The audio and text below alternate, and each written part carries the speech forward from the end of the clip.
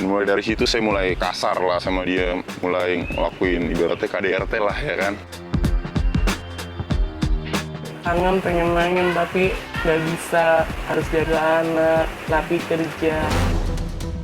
Bukan mengkhawatirkan lagi, menyedihkan. Perkawinan anak ini sudah menjadi bencana nasional. Banyak juga keluarga-keluarga yang tidak melindungi, justru ada yang memperdagangkan, ya, mengeksploitasi, ya.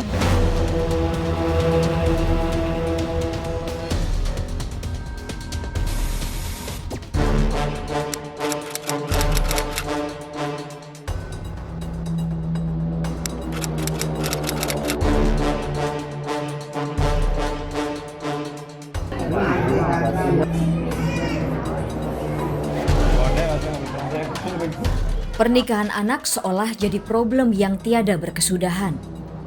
Payung hukumnya jelas, melarang segala pernikahan sesama anak atau anak dengan orang dewasa. Tapi praktiknya terus saja terjadi. Apalagi di masa pandemi. Jadi ironi, sebab pernikahan anak justru meningkat. Nah, jadi mungkin ini disebabkan oleh dua hal sebetulnya, Mbak. Apakah itu terjadi dari kondisi ekonomi si orang tua, itu pertama, dan keduanya dari kondisi si anaknya sendiri yang menyebabkan bahwa mereka harus menikah secara dini. Gitu. Himpitan ekonomi dituding jadi biang keladi naiknya pernikahan anak di masa pandemi. Seolah-olah di sini ada pengalihan tanggung jawab dari yang seharusnya dibebankan oleh kepada keluarga, kemudian dibebankan pada orang lain.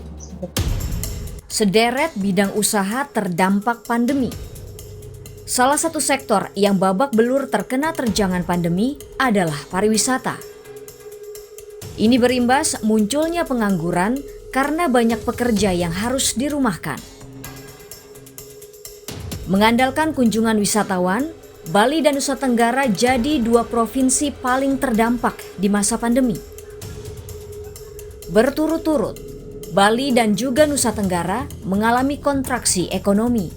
Di kuartal kedua, terjadi penurunan siklus ekonomi 6,32%. Di kuartal ketiga, semakin anjlok di minus 6,80%. Sektor pariwisata itu kan sektor yang paling terpukul dari sektor transportasi, sektor pariwisata, sektor perdagangan. Itu sektor yang paling terpukul dari adanya pandemi ini. Badan Pusat Statistik mencatat lebih dari 1 juta anak menikah. NTB peringkat ke-7 nasional dengan jumlah pernikahan anak tertinggi di Indonesia, 16,1%. Padahal angka nasional terkait pernikahan anak di angka 10,82%. Artinya 1 dari 16 anak di NTB sudah menikah. Di data kami menunjukkan hal yang seperti itu.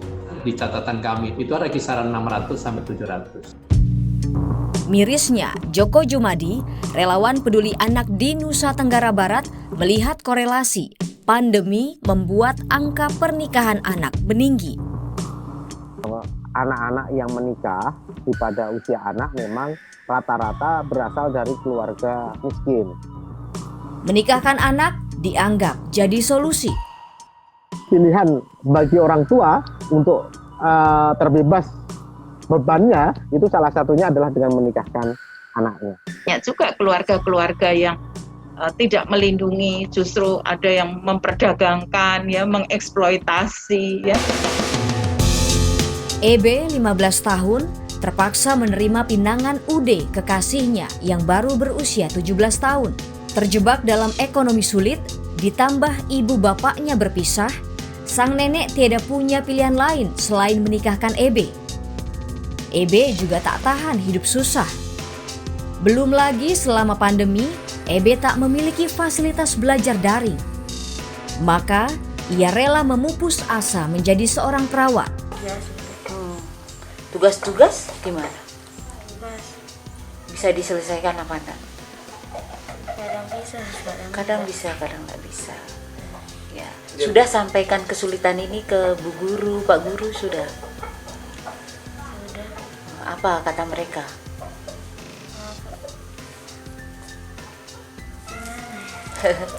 Tidak ada solusi gitu.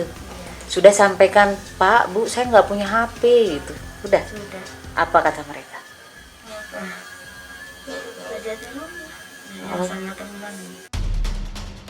Pernikahan berlangsung di kediaman Ude, di kawasan hutan Desa Setiling, Kecamatan Batu Kliang, Lombok Tengah.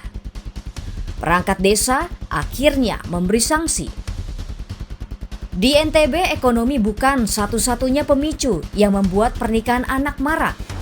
Kebosanan di rumah, masalah dengan orang tua, kemudian interaksi dengan gadget yang kemudian malah berdampak negatif, kemudian hubungan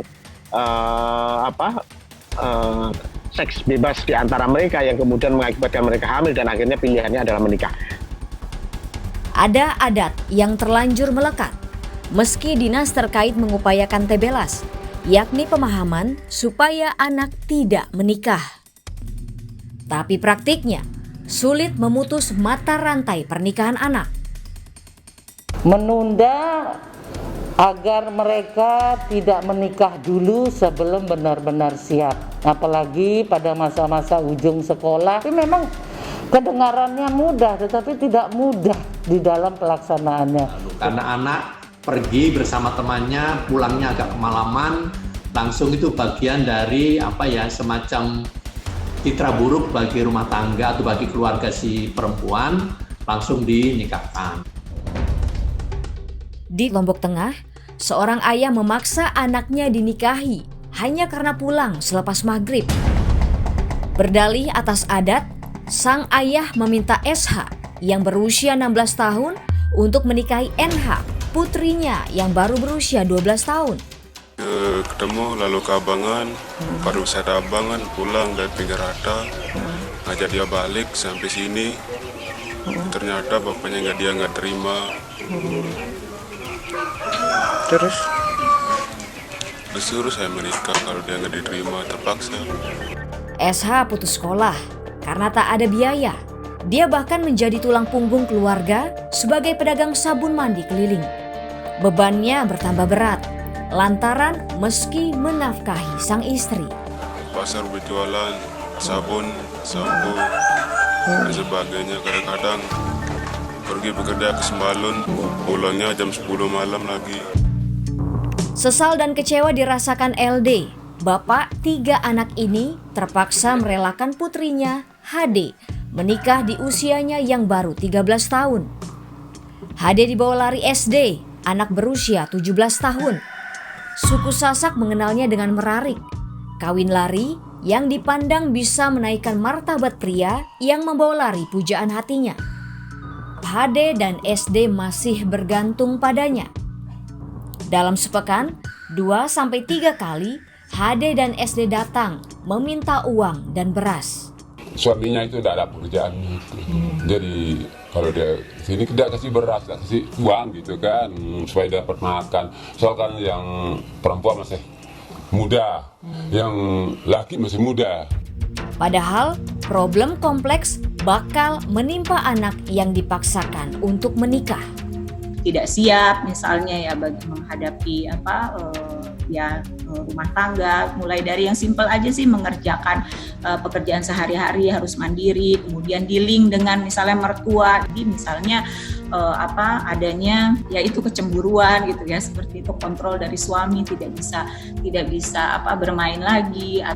Yang di usia-usia di bawah 19 tahun itu pun juga sebetulnya juga masih relatif labil gitu. Nah, sehingga mereka begitu mudah untuk digoncang-gancingkan gitu oleh permasalahan.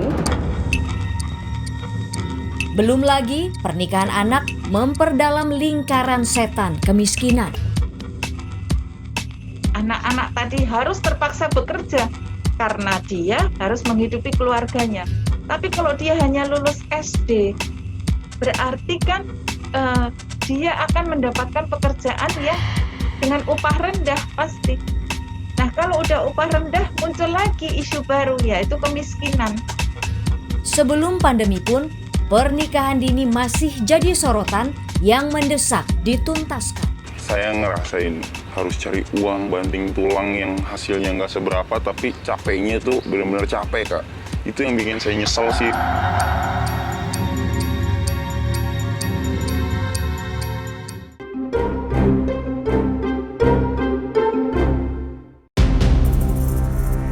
Pernikahan anak di Indonesia jadi problem klasik.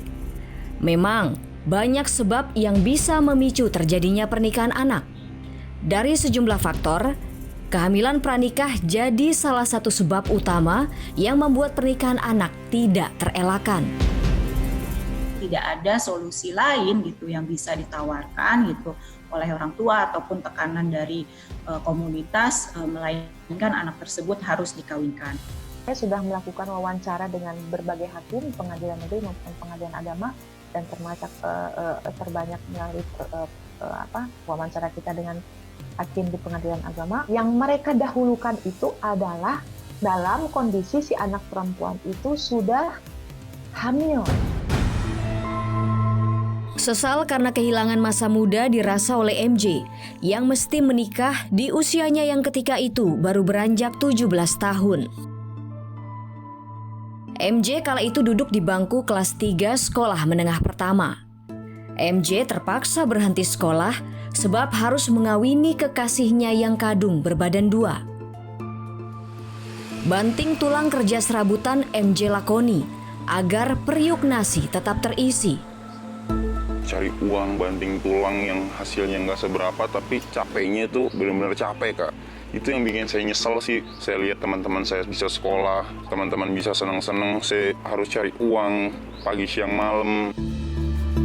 MJ sering juga jadi juru parkir. Sehari ia bisa mengantongi Rp50.000. Nominal yang hanya segini besar sesungguhnya tak cukup untuk membiayai kebutuhan hidup. Per orang aja makan itu bisa nyampe kecil-kecilnya ya, Kak, 30.000. Itu satu orang, Kak, belum berdua, tapi kita cukup-cukupin aja. Dari persoalan ekonomi, dua muda-mudi ini akhirnya kerap cekcok. Lantaran istri MJ memutuskan jadi pramuria. Mulailah sering berantem, saya selalu bahas-bahas tentang itu. Dan mulai dari situ saya mulai kasar lah sama dia, mulai ngelakuin ibaratnya KDRT lah ya kan. Dia mulai nggak betah dengan kelakuan saya yang kayak gitu. Akhirnya dia mutusin untuk lari dari saya. Kini cemas membayangi hari-harinya kelak. Bingung itu, Bok, apa yang harus dilakuin ke depannya, Kak. Karena masih muda, belum punya pekerjaan, belum punya penghasilan, Kak. Oka dan LA juga menikah di usia muda. Di saat keduanya sama-sama berusia 17 tahun. Oka menikahi LA sebab usia kandung LA yang berusia 4 bulan mulai membesar. Di rumah kontrakan sederhana, Oka dan LA tinggal bersama buah hatinya yang berusia setahun. Jadi juru parkir, penghasilan Oka bervariasi, mulai dari Rp30.000 hingga Rp65.000 per hari. Agar pundi-pundinya bertambah, LA sesekali menjajakan sandal anak-anak. Bisa 1 juta lebih, cukup buat bayar kontrakan. Makan juga mirip-mirip. Masak gitu doang. Masak cuma masak telur, kadang mie, nabung. Alhamdulillah nabung. Sehari kadang goceng, kadang cibari. Tapi kalau penghasilan tak mencukupi, jurus 1000 pun dilakukan. Termasuk memasang muka tebal menerima bantuan orang tua. Kalau beli susunya juga susah. Untungnya ada mama sih, selalu ini membantu di saat lagi kelimpungan, kesusahan. LA terkungkung dalam dunia menjadi ibu di usianya yang masih anak-anak. kangen pengen main tapi nggak bisa, harus jaga anak, Lapi kerja, apalagi kalau pakai ada banyak, aduh pusing. Nggak ada yang jaga, belum nyetrika. Tapi Asa memiliki kehidupan yang lebih baik di rajut keduanya. LA bakal melanjutkan pendidikan. Pakai C supaya dapat ijazah, supaya dapat kerjaan yang ini lebih layak lah. Jangan sampai kayak bapak sama ibunya aja, harapannya gitu. Supaya bisa agak maju dikit. Walaupun gagal jadi anak, tapi jangan gagal jadi ibu. Pernikahan anak yang marak di negeri kita menyesakkan dada. Padahal anak adalah cerminan masa depan sebuah bangsa.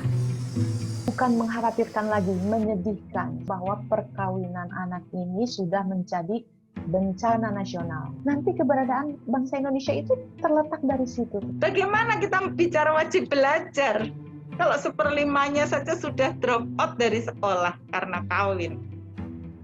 Bahwa semakin tinggi angka perkawinan anak itu ada hubungannya dengan rendahnya angka indeks pembangunan manusia.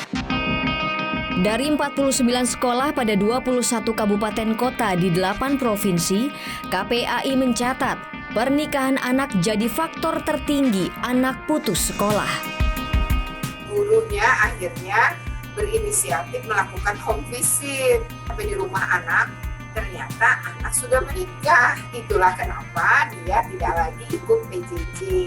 Nah, angka itu di 2020 cukup tinggi, yaitu 119 kasus. Menyetop pernikahan anak memang bukan perkara gampang. Lantas, apa upaya yang bisa dilakukan oleh keluarga, masyarakat, hingga pemerintah untuk memutus mata rantainya?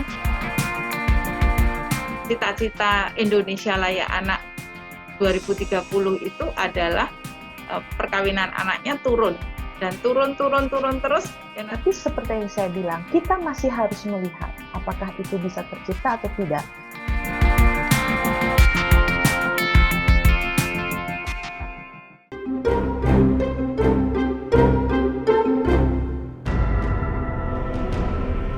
Dampak negatif jelas mengintai anak yang menikah. Mulai dari resiko kesehatan pada anak juga ibu, hingga perceraian dan kemiskinan yang semakin melambung di Indonesia. Banyak yang berujung pada perceraian, ya akhirnya kualitas keluarga yang seperti kita harapkan akhirnya malah justru tidak terbentuk sesuai dengan tujuan berkeluarga, ya kan? Yaitu keluarga yang bahagia dan kekal. Akhirnya nantinya mereka juga membesarkan anak, mereka mengalami kesulitan untuk membesarkan anak yang cerdas. Gitu ya, karena apa? Mereka sendiri sebetulnya punya keterbatasan gitu di dalam hal tersebut. Keistimewaan sebagai seorang anak hilang jika memutuskan menikah. Hak pendidikannya hilang, hak atas kesehatan utamanya hilang, semuanya jadi hilang. Artinya banyak hak dia sebagai anak kan yang hilang. Maka celah yang memungkinkan terjadinya pernikahan anak mesti segera ditutup. Salah satunya dispensasi pernikahan yang akhirnya melegalkan pernikahan anak. Dispensasi itu beragam, baik dilakukan di pengadilan ataupun instansi manapun ya yang ditunjuk oleh orang tua anak tersebut. Secara norma yang menyebabkan bahwa kenapa di Indonesia itu terjadi perkawinan anak yang begitu tinggi. Sepanjang tahun 2020, sebanyak lebih dari 60.000 dispensasi pernikahan diberikan kepada anak di bawah umur. Kala pandemi, angkanya melonjak drastis bila dibandingkan 2 tahun terakhir. Tim Berkas Kompas mencoba mengonfirmasi ke Mahkamah Agung mengenai kemudahan hakim dalam memberikan dispensasi nikah pada anak. Tapi permohonan wawancara kami tidak berbalas.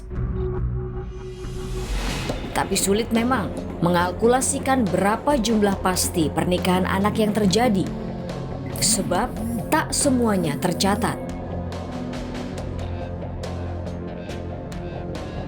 Tidak semua masyarakat Indonesia itu melakukan perkawinan bawah umur dengan dispensasi.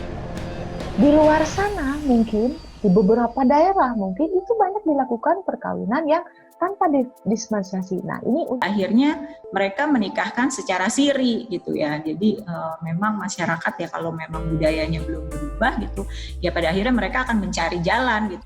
Neng, abang kan udah kerja sama. Kolaborasi mesti terjalin untuk meredam pernikahan anak. Kita jodohin aja si Sepi sama si Adit, anaknya Rojali. Apa lu kata bang, nikah? Lu gak kasihan sama anak lu sendiri bang? Dia tuh baru lulus SMP, punya cita-cita yang tinggi. Sepenggal dialog ini menyoroti pernikahan anak. Bukan hanya sekedar cerita, tetapi kisah nyata di lingkungan mereka tinggal. Melalui seni lenong dan teater, muda-mudi ini mengajak khususnya anak di Kelurahan Kalibaru, Cilincing, Jakarta Utara agar tak menikah di bawah umur. Assalamualaikum, ada apaan nih? Nikah-nikah di masa pandemi, kagak boleh ini, lagian nikah di usia dini dilarang sama pemerintah. Tahu kagak? Kagak, mana sih lu?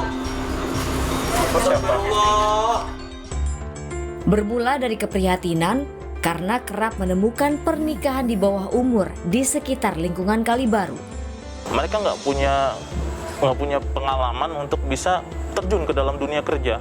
Akhirnya ya secowoknya nganggur, ngelalang buana kemana kemari gitu, cuman jadi pengamen atau sebagai macamnya. Sasaran Itachi agar warga makin teredukasi. Nah, melihat pementasan kita atau menyaksikan pertunjukan kita, mereka jadi lebih open-minded. Keluarga sebagai pengasuh utama berperan penting untuk membangun kesadaran dan memberi pemahaman pada anak. Orang tua jadi kunci utamanya. Orang tua itu penting sekali ya untuk punya macam-macam ide gitu ya untuk membuat rumah tangga yang untuk membuat keluarganya ini gitu ya, si orang tua dan anak-anak ini itu bisa lebih harmonis lagi gitu ya dalam berkomunikasi, dalam berelasi, supaya mereka ini betul-betul anak-anak ini juga bukan yang kemudian berusaha mencari pelarian dengan menikah. Pemerintah juga sebetulnya telah berupaya menyetop pernikahan anak Indonesia. Strategi digalakkan dengan kampanye Stop Pernikahan Anak, Gerakan Bersama Cegah Perkawinan Anak, serta Gerakan Nasional Pendewasaan Usia Pernikahan Anak. Cita-cita Indonesia Layak Anak 2030 itu adalah perkawinan anaknya turun terus, dan karena hak anak bagian dari hak asasi manusia, itu berarti perkawinan anak ini juga melanggar HAM. 2030 disebut sebagai tahun idola. Step pemerintah patut diapresiasi. Namun, implementasinya perlu kita jaga bersama. Indonesia Layak Anak. Diharapkan memang di tahun ini sudah tidak ada lagi praktek perkawinan anak di situ. Tapi seperti yang saya bilang, kita masih harus melihat apakah itu bisa tercipta atau tidak. Menyelesaikan persoalan pernikahan anak adalah hal yang pelik. Tapi bukan berarti kita tidak bisa menghadapinya. Anak, cerminan martabat bangsa yang bakal meneruskan estafet kepemimpinan negeri. Sepatutnya semua pihak berkolaborasi memastikan hak anak tak terabaikan.